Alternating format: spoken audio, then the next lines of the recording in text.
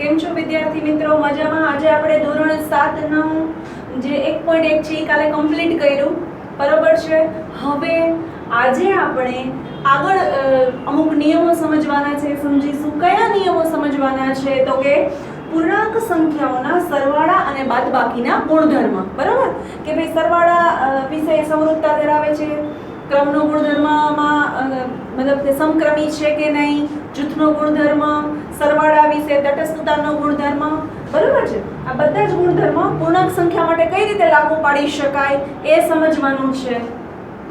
સૌપ્રથમ લઈએ તો પહેલો નિયમ લઈએ. જ્યારે પૂર્ણાંક સંખ્યાઓના સરવાળા બાદબાકીની વાત કરતા હોય ત્યારે પૂર્ણાંક સંખ્યા છે એ સરવાળા વિશે સમૃદ્ધતા ધરાવે છે. સમૃદ્ધતા એટલે શું? એ શબ્દ તમારા માટે નવો છે. સમૃદ્ધતા એટલે કે નજીકનું અથવા તો ક્લોઝર, બરાબર છે, નજીકનું. કઈ રીતે? તો જો તમને હું અહીંયા સમજાવું તો કે ધારો કે હું કોઈ બે સંખ્યાનો સરવાળો કરું, જેમ કે મેં 17 + 23 કર્યા તો શું આવ્યા? તો કે 40. આ 40 છે એ પરિણામ છે. આ પરિણામ, એ પરિણામ શું મળ્યું? તો કે પરિણામ છે એ પૂર્ણાંક છે. પૂર્ણાંક એટલે કે એ પૂર્ણાંક સંખ્યા છે, બરાબર. આ તો મેં બે પોઝિટિવ નંબર્સ લીધા, એટલે કે બે પ્લસ સંખ્યાઓ લીધી. પણ માની લો કે મેં બીજી સંખ્યા તમે જોઈ શકો છો ટેબલની અંદર, મેં અહીંયા શું લીધું? તો કે -10 + 3. હવે જો અહીં આપણે કરીએ સરવાળો, -10 + 3 એટલે આ બે કેવી નિશાનીઓ ભેગી થઈ? તો કે વિરુદ્ધ નિશાનીઓ ભેગી થઈ, બાદબાકી થાય. 10 માંથી 3 જાય તો શું બચે? તો કે 7. પણ કેવા 7? તો કે -7. એટલે હું અહીંયા શું લખીશ? -7. હવે આ જે છે આ ઈ કેવા નંબર્સ છે? તો કે ઈ પૂર્ણાંક સંખ્યા છે. તો પરિણામ તમને શું મળ્યું? પરિણામ તમને મળ્યું પૂર્ણાંક સંખ્યા, બરાબર છે. એવી જ રીતે અહીંયા જો આવી રીતે 27 વત્તા -27. આ 27 એમ નમ રહેશે, વત્તે ઓછે શું થાય? તો ઓછા. 27 માંથી 27 જાય એટલે શું બચે? 0. તો આનું પરિણામ શું આવશે? 0. તો 0 નો સમાવેશ કેમાં થાય? 0 નો સમાવેશ કેમાં થાય? તો કે પૂર્ણાંક સંખ્યામાં થાય. તો કે પરિણામ શું મળ્યું? તો કે પૂર્ણાંક સંખ્યા. એવી જ રીતે આ સાઈડ આ તમે લોકો જુઓ, 20 -20 વત્તા 0 તો શું મળે? તો કે -20 ના 20 તો એમનેમ જ રહેશે. એમાં 0 ઉમેરો એટલે એની સંખ્યા મળે. કોઈ પણ સંખ્યાની અંદર જ્યારે 0 એટલે કે શૂન્યને ઉમેરવામાં આવે તો એ તમને એની જ સંખ્યા મળે. એટલે -20 માં હું 0 ઉમેરું તો મને શું મળે? તો કે -20 મળે. આ -20 કેવી સંખ્યા છે? તો કે -20 પણ કેવી સંખ્યા છે? પરિણામ કેવું મળ્યું? પૂર્ણાંક સંખ્યા. એનો મતલબ એમ કે પૂર્ણાંક સંખ્યા છે, બરાબર છે, એ સરવાળા વિશે શું ધરાવે છે? સમૃદ્ધતા ધરાવે છે. ટૂંકમાં આ રીતે તમે અલગ અલગ નંબર્સ લઈને જો સરવાળો કરો, અલગ અલગ નંબર્સ લઈને સરવાળો કરો, પરિણામ હંમેશા તમને શું મળશે?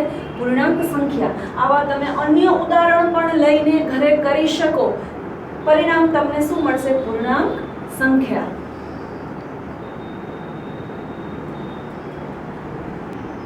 ચાલો, હવે મેં હમણાં પહેલા નિયમમાં શું કીધું? કે પૂર્ણાંક સંખ્યાઓ છે સરવાળા વિશે સમૃદ્ધતા ધરાવે છે. એનો મતલબ એમ કે કોઈ પણ સંખ્યા a અને b માટે, કોઈ પણ સંખ્યા લો a અને b માટે, બે અલગ અલગ લેવાની. a + b છે એ કેવું છે? તો કે સમૃદ્ધ છે. સમૃદ્ધ છે એનો મતલબ એમ કે એ બંનેનો જો સરવાળો કરવામાં આવે કોઈ પણ બે સંખ્યાઓનો તો એ પૂર્ણાંક સંખ્યા મળે. હવે એવી જ રીતે આપણે બાદબાકી લઈએ. બાદબાકી, તો બાદબાકીમાં શું થાય? તો કે જો પૂર્ણાંક સંખ્યાઓની બાદબાકી વિશે પણ, એટલે કે પૂર્ણાંક સંખ્યાઓ બાદબાકી માટે પણ શું ધરાવે છે? તો કે સમૃદ્ધતા ધરાવે છે. એનો મતલબ એમ કે કોઈ પણ બે સંખ્યાની આપણે બાદબાકી કરીએ તો એ શું મળશે? તો કે પૂર્ણાંક સંખ્યા મળે, બરાબર છે. હવે જો આ સાઈડ અહીંયા આગળ પહેલી રકમની અંદર 7 - 9, અહીંયા તમે જોઈ શકો 7 - 9, 7 છે એ પ્લસ છે, 9 છે એ માઈનસ છે. બાદબાકી થાય, બાદબાકી 9 માંથી 7 જાય તો 2 વધે, પણ નિશાની મોટા પદની એટલે શું આવ્યું?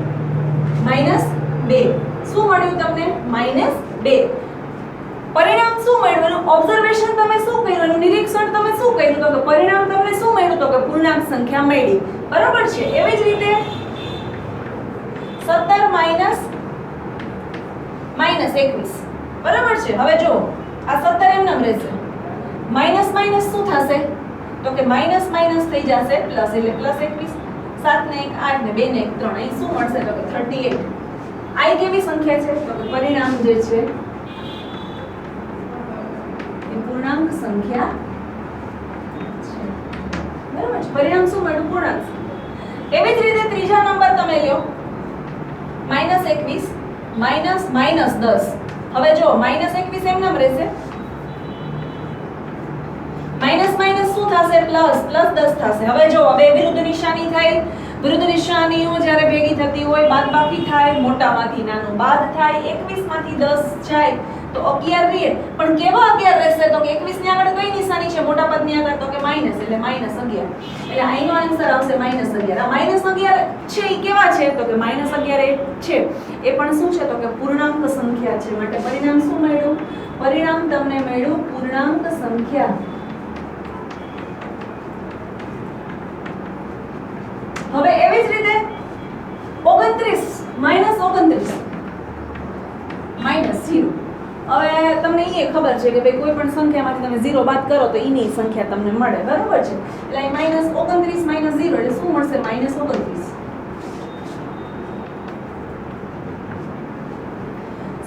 કઈ સંખ્યા છે -29 કઈ સંખ્યા છે તો કે -29 છે એ પૂર્ણાંક સંખ્યા છે એટલે પરિણામ શું મળ્યું આપણે પૂર્ણાંક સંખ્યા એનો મતલબ એમ કે કોઈ પણ બે સંખ્યા a અને b માટે કોઈ પણ બે સંખ્યા a અને b માટે a b કરવામાં આવે તો પરિણામ શું મળે તો કે પરિણામ છે એ પૂર્ણાંક સંખ્યા મળે કોઈ પણ a અને b સંખ્યા માટે a b કરવામાં આવે તો પરિણામ પૂર્ણાંક સંખ્યા મળે એનો મતલબ એમ કે પૂર્ણાંક સંખ્યાઓ છે એ બાદબાકી માટે સમૃદ્ધતા ધરાવે છે હવે જો પૂર્ણાંક સંખ્યામાં આપણે સૌપ્રથમ સરવાળો છે એ સમૃદ્ધતા ધરાવે છે બાદબાકી છે સમૃદ્ધતા ધરાવે છે હવે ત્રીજો નિયમ જ્યારે આપણે લેતા હોઈએ ત્યારે સરવાળા માટે ક્રમનો ગુણધર્મ બરાબર છે એનો મતલબ એમ કે સરવાળા માટે ક્રમનો ગુણધર્મ સમક્રમી છે સમક્રમી એટલે શું તો કે જો આ સાઈડ બધા 3 + 5 એટલે અહીં શું આવે 8 5 + 3 કરો તો એ શું આવે 8 બરાબર છે તો અહીંયા પૂર્ણાંક સંખ્યા માટે સરવાળો છે એ શું છે તો કે સમક્રમી છે એનો મતલબ એમ કે તમે 3 + 5 કરો તો એ 8 આવશે 5 + 3 કરો તો એ શું જવાબ આવશે 8 આવશે હવે જોજો આ સાઈડ -23 + 32 આપણે અહીં આ સાઈડ કરીએ -23 + 32 બે વિરુદ્ધ નિશાનીઓ ભેગી થઈ 32 માંથી 23 જાય તો 9 વધે પણ કેવા વધશે +9 બરાબર છે હવે જો અહીંયા આમ મેં કહ્યું 32 + -23 તો અહીંયા ડાયરેક્ટ 32 વત્તે -23 એટલે શું આવશે 9 બેયના જવાબ કેવા આવ્યા સરખા અહીંયા -23 પહેલા લખો પછી +32 લખો કે પહેલા +32 લખ્યા પછી -23 કર્યા અને સરવાળો કર્યો સમજાઈ જાવ શું કહું છું પહેલા અહીંયા મેં -23 લખ્યા વત્તા પછી મેં સરવાળો કરીને અહીંયા 32 લખ્યા અહીંયા આગળ પહેલા 32 લખ્યા પછી -23 કર્યા બંને વખતે સરવાળો કરતા જવાબ એક સરખો જ આવે છે તો અહીંયા આગળ પણ સરવાળા માટે ક્રમનો ગુણધર્મ સમક્રમી છે ધેટ મીન્સ લાગુ પડે છે પૂર્ણાંક સંખ્યા માટે સરવાળા માટે ક્રમનો ગુણધર્મ સમક્રમી છે સમક્રમી એટલે કે આ રીતે કરો તોય એ જ આન્સર આવશે આ રીતે કરો તો પણ આન્સર એ જ આવશે હવે જો -45 + 0 તમને મેં હમણાં જ કીધું કે કોઈ પણ સંખ્યામાં 0 ઉમેરવામાં આવે તો જવાબ એને જ મળે બરાબર છે તો -45 + 0 એટલે કે -45 એવી જ રીતે 0 માં 45 ઉમેરું તો પણ -45 જ આવે અહીંયા આગળ એ શું સાબિત થાય કે સરવાળા માટે ક્રમનો ગુણધર્મ સમક્રમી છે હવે જોજો એનો મતલબ શું થાય એનો મતલબ એમ થાય કે કોઈ પણ પૂર્ણાંક સંખ્યા a અને b માટે અહીં આપણે ઉપર લખીએ છીએ કોઈ પણ સંખ્યા a અને b માટે, a અને b કોઈ પણ સંખ્યા લઈ લો તમે, a અને b માટે કોઈ પણ સંખ્યા ધારી લ્યો, કોઈ પણ પૂર્ણાંક સંખ્યા a અને b માટે a + b કરો કે b + a કરો, જવાબ એક સરખો જ આવશે. એનો મતલબ એમ કે સરવાળા માટે ક્રમનો ગુણધર્મ સમક્રમી છે. ચલો હવે બાદબાકી માટે ક્રમનો ગુણધર્મ, એનો મતલબ એમ કે કોઈ પણ બે પૂર્ણાંક સંખ્યાની જો આપણે બાદબાકી કરતા હોય તો એ સમક્રમી છે, સમક્રમી આવે છે. તો મેં બે ઉદાહરણ અહીંયા લખ્યા છે. જો અહીંયા ઉદાહરણમાં આ -3 -5, -3 માંથી આપણે -5 બાદ કરવાના છે. હવે એનથી ઉલટું અહીંયા 5 -3 શું આવશે આન્સર? તો કે જો આનું આપણે સાદું રૂપ અહીંયા નીચે આપીએ, બરાબર છે, તો આ -3 એમ ન અને આ -5, એનો મતલબ એમ કે આ બે નિશાનીઓ ભેગી થઈ, સરખી નિશાનીઓ ભેગી થઈ શું આવશે? જવાબ શું આવશે? તો કે -8. તો આનો જવાબ શું આવ્યો? માઈનસ. હવે જો આ સાઈડ આ શું છે? તો કે આ 5, આ -3 એટલે અહીંયા +3 થઈ જશે, સરખી નિશાની એટલે પ્લસ થયું, તો 5 ને 3 શું આવશે? 8. તો જો આ સાઈડ જવાબ -8 આવ્યો અને આ સાઈડ કેવો આવ્યો? +8. આ સાઈડ -8, આ સાઈડ +8. તો બે સાઈડ ઇક્વલ છે? તો કે ના ભાઈ, બે સાઈડ ઇક્વલ નથી. એનો મતલબ એમ કે બાદબાકી માટે ક્રમનો ગુણધર્મ સમક્રમી નથી, એટલે કે બે વખતે સરખો આન્સર આવતો નથી, એટલે કે બાદબાકી સમક્રમી નથી, એટલે કે ટૂંકમાં ક્રમનો ગુણધર્મ બાદબાકી માટે લાગુ પાડી શકાય નહીં. બરોબર છે? બે સાઈડ જો અહીંયા પહેલા 3 લીધા -3, અહીંયા પછી લીધા, આન્સરમાં કેટલો ડિફરન્સ આવ્યો? અહીંયા -8 આવ્યા અને અહીંયા +8 આવ્યા. બરોબર છે? એવી જ રીતે આપણે નીચેનું ઉદાહરણ લઈએ, નીચેનું સિમ્પ્લિફિકેશન આપીએ આપણે. તો જો આ છે -4, અહીંયા આગળ બે નિશાનીઓ સરખી ભેગી થાય તો પ્લસ થઈ જાય, તો કે માઈનસ પ્લસ. એવી જ રીતે અહીંનું સિમ્પ્લિફિકેશન જોતા જઈએ તો આ -6 છે, આમ નામ રહેશે. આ શું થઈ જશે? તો કે માઈનસ પ્લસ. હવે જોજો આ સાઈડ અહીંયા બે અલગ નિશાનીઓ છે, વિરુદ્ધ નિશાનીઓ હોય તો બાદબાકી જ થાય, એક પ્લસ હોય એક માઈનસ હોય, બાદબાકી થાય. 6 માંથી 4 જાય તો 2 રહેશે, પણ 6 મોટા છે એની આગળ કઈ નિશાની છે એટલે અહીંયા +2 આવશે. બરોબર છે?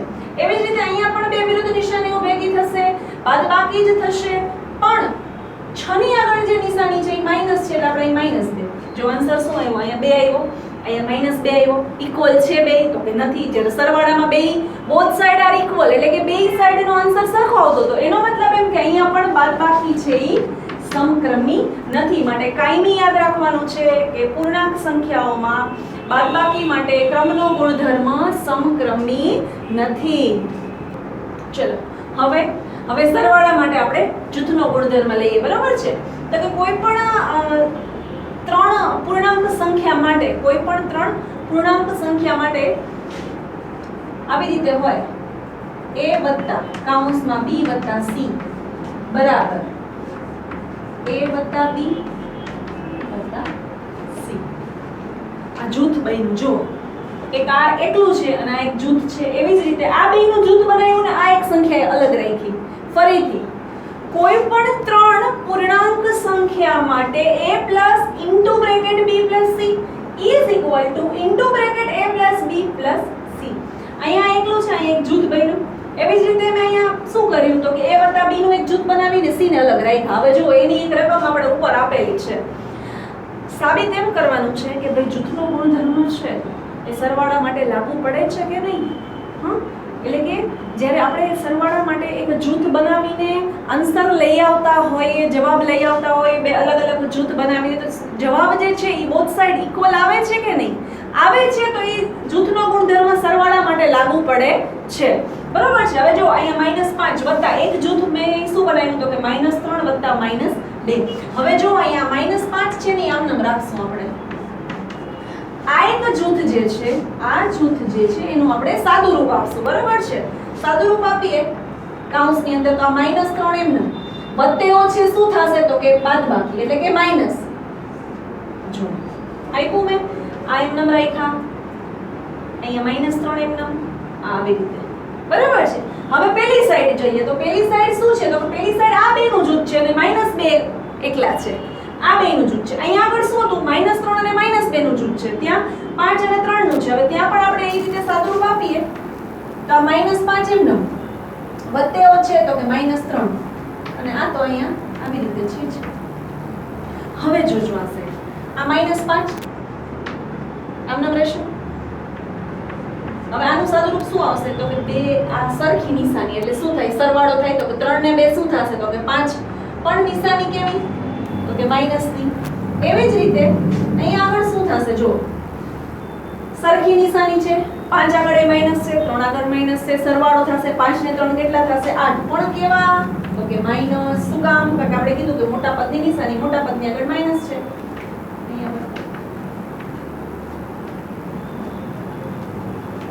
જો હવે શું થશે? આ -5 આમનો બધે ઓછે ઓછા પ્લસ માઈનસ માઈનસ. હવે જોજો અહીંયા પાછું -8 બધે ઓછે ઓછા. હવે જો પાછું અહીંયા -5 આપણે અહીંયા બાજુમાં લઈએ -5 બે સરખી નિશાની ભેગી થઈ સરવાળો થાય 5 ને 5 શું થાય? તો કે 10 થાય. પણ નિશાની માઈનસ ની એટલે કે આનો જવાબ શું આવ્યો? તો કે આનો જવાબ મને મળ્યો -10. એવી જ રીતે -8 -2 વળી પાછી બે સરખી નિશાની ભેગી થઈ શું થાય? સરખી નિશાની ભેગી થાય તો સરવાળો થાય 8 ને 2 શું થાય? તો કે 8 ને 2 10 થાય. પણ 8 ની આગળ કેવી નિશાની છે? તો કે માઈનસ ની મોટા પદની. તો આનો આન્સર પણ શું આવ્યો? તો કે -10. જો બે સાઈડ -10 આવ્યા. શું થયું? અહીંયા 5 આમ લખ્યા હતા અને આ જૂથ બનાવ્યું હતું. અહીંયા 5 ને લઈ લીધા અને 2 ને અલગ રાખીને આ રીતે જૂથ બનાવ્યું. બે સાઈડનો જ્યારે સરવાળો કર્યો સાદુરૂપ આપ્યું બે સાઈડ શું જવાબ આવ્યો? બે સાઈડ -10 જવાબ આવ્યો. એનો મતલબ એમ કે કોઈ પણ પૂર્ણાંક સંખ્યા માટે શું થશે? તો કે કોઈ પણ પૂર્ણાંક સંખ્યા માટે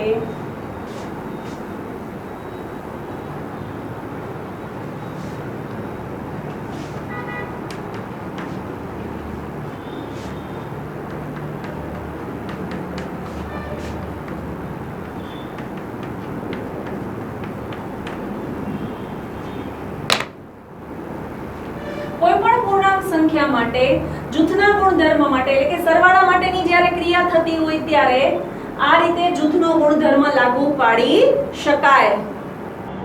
ચલો હવે લઈએ આપણે છેલ્લો અને પાંચમો નિયમ સરવાળા માટે. શું કહે છે આ નિયમ? તો નિયમ એમ કહે છે કે કોઈ પણ પૂર્ણાંક સંખ્યા માટે સરવાળા વિશેની તટસ્થ સંખ્યા 0 છે. કોઈ પણ પૂર્ણાંક સંખ્યા માટે સરવાળા વિશેની તટસ્થ સંખ્યા 0. એનો મતલબ એમ કે પૂર્ણાંક સંખ્યાની અંદર જો સરવાળો કરવામાં આવે અને 0 ઉમેરવામાં આવે તો પૂર્ણાંક સંખ્યા જ મળે.